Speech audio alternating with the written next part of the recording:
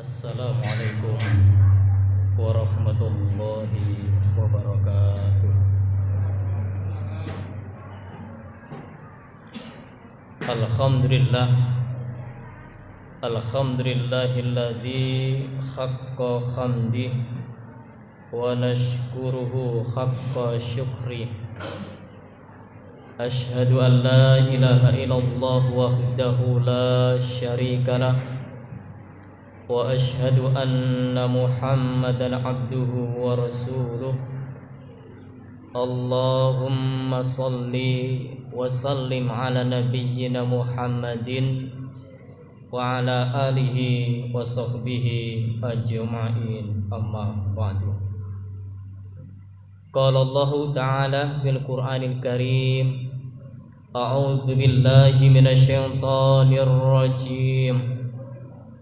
Ya ayyuhalladzina amanu kutiba alaikumus shiyam kama kutiba alal ladzina min qablikum la'allakum tattaqun.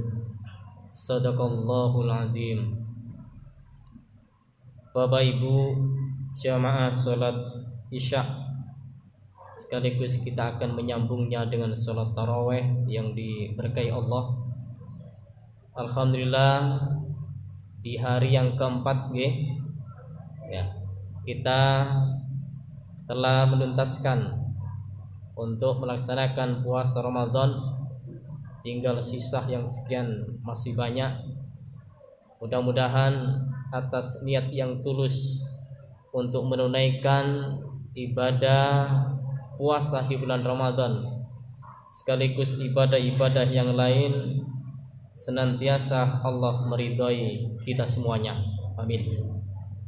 Salawat dan salam semoga tetap terlimpah kepada junjungan kita, Rasul kita Muhammad sallallahu alaihi wasallam. Bapak Ibu jamaah salat Isya yang dimuliakan Allah,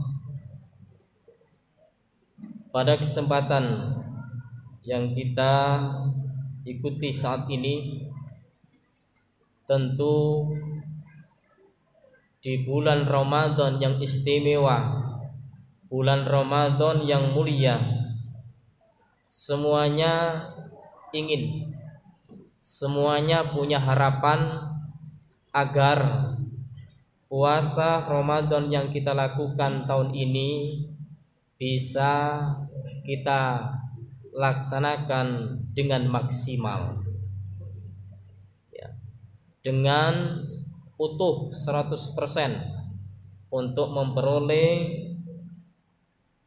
pahala, memperoleh keistimewaan, sehingga pada dasarnya segala amal ibadah yang kita lakukan itu antara satu dengan yang lain, kita itu berlomba.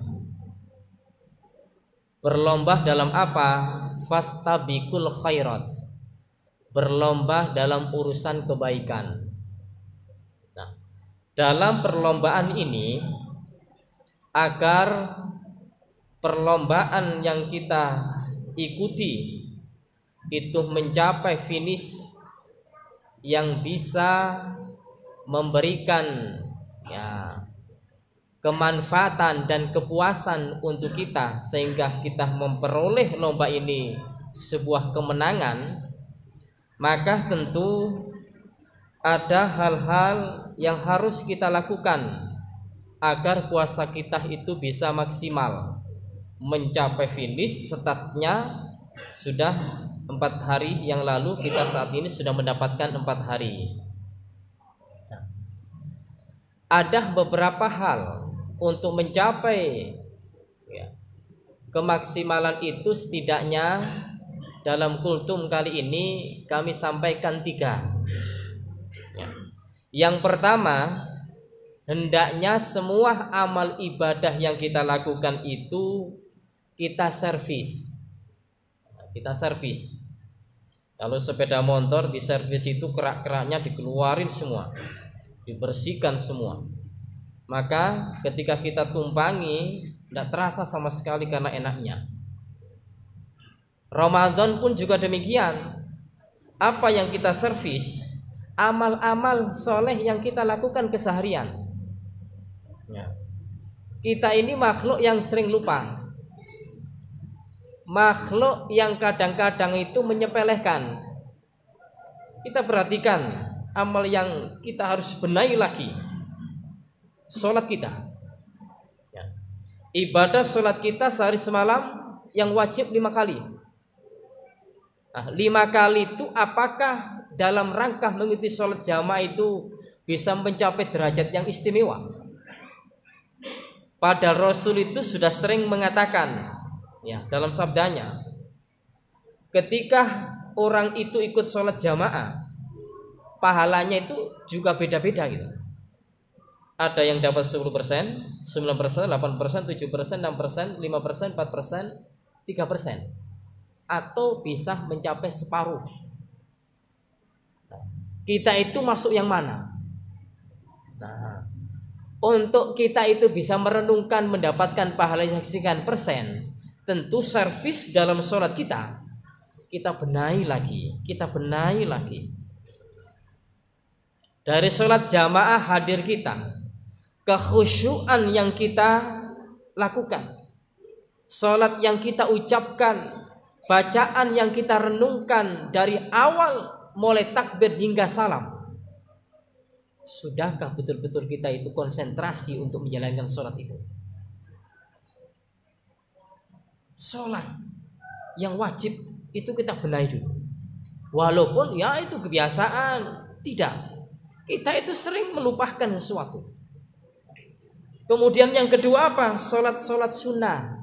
Nah, sholat sunnah. Ini seminimal sholat rawatib yang sehari semalam itu kan 12. Rasul mengatakan dalam riwayat Muslim, man shalla isnatai asyrata rakaatan fi yaumihi wa lailatihi bunya lahu fihinna baitun fil jannah. Siapa yang sholat sehari semalam sebanyak 12 rakaat, rawatib maksudnya, ya, maka akan dibangunkan dengan sebab melaksanakan sholat 12 rakaat itu rumah. Kalau pikiran kita rumah, mungkin pandangan kita perumahan. Tapi kita artikan istana itu untuk orang yang melaksanakan sholat sehari semalam 12 rakaat sunnah rawatib itu. Kita tanya kepada diri kita, apakah 4 hari ini dalam meraih puasa kita itu bisa maksimal? Kita perhatikan sholat sunnah kita lengkap 12? Ataukah minimal 10 lah, 10. Karena Rasul itu bilang 12 dibangunkan rumah di surga, 10 itu rawatib. Cuma tidak ada redaksi dibangunkan rumah di surga, tapi paling tidak minimal 10. Nah, kalau itu kita benahi pelan-pelan, kemudian infak kita, sedekah kita, silaturahim kita dengan saudara-saudara kita itu tetap kita servis dengan baik, maka 1 poin amal ibadah yang kita lakukan itu insya Allah akan mencapai derajat yang maksimal. Itu kita tata itu. Yang kedua yang kita tata lagi, keyakinan iman kita akan nilai lebih, nilai fadilah, keutamaan di bulan Ramadan itu harus kita kuatkan lagi. Ya. Kita sering disampaikan, fadilah Ramadan itu sekian banyak nilainya. Kemudian kita hanya mendengarkan, kemudian tidak meresponnya. Ya, kami tampilkan 4 hal yang perlu kita perhatikan untuk meyakini bahwa Ramadan itu punya nilai yang mulia. Pertama, puasa Ramadan itu di hari kiamat, ya, puasa di hari kiamat itu akan memberikan syafaat. Hadis yang diriwayatkan oleh Imam Ahmad, asyamu wal Quran yashfa'ani. Puasa dan bacaan Quran, kedua-duanya itu akan mengantarkan untuk mendapatkan syafaat. Untuk siapa? Lil abdi kapan? Yaumal qiyamah, pada hari kiamat. Kita kuatkan keyakinan kita akan nilai fadilah Ramadan itu, bahwa puasa ini, Al-Quran yang kita baca tiap hari sekian lembar, itu nanti menjadi makhluk Allah, akan berbicara dan dia akan mengantarkan orangnya, si A si B yang dulu puasa, yang dulu membaca Al-Quran, dimintakan oleh Allah, ya Rabb, dulu si A si B ini puasa Rabb, demikian juga baca Quran, aku ingin kau berikan syafaat keduanya. Maka Allah pun juga mengasisi, diberikan syafaat dari amal ibadah puasa dan Al-Quran tadi. Itu yang pertama, syafaat yang hendaknya kita betul-betul kita yakini, sehingga kita betul-betul berlomba-lomba dan memburu dengan cara yang kuat. Yang kedua, yakini bahwa amal pahala di bulan Ramadan puasa yang kita lakukan ini, itu pahalanya tiada batas. Rasul bilang, kulu amali bani Adam yudafu al hasanatu asyru amsalihah. Ya. Amalan setiap putra Adam itu untuknya. Semua amalan untuknya. Rasul mengatakan yang demikian ini hadis qudsi yang beliau sampaikan kepada umatnya. Kemudian ketika menyampaikan yang demikian ini, Rasul kecualikan tadi seluruh amalan illa siyam, kecuali puasa. Nah, puasa kata Rasulullah, fa innahu li, Allah bilang fa innahu li, karena sesungguhnya puasa itu untukku, wa ana ajzi bihi, dan aku yang membalasnya. Kalau tadi semua amalan Adam 10 kali lipat, kemudian ila sabi mi'ati di'fin, sampai 700 kali lipat, tapi untuk puasa ini sudah tiada terhingga, ya, tiada tersebut.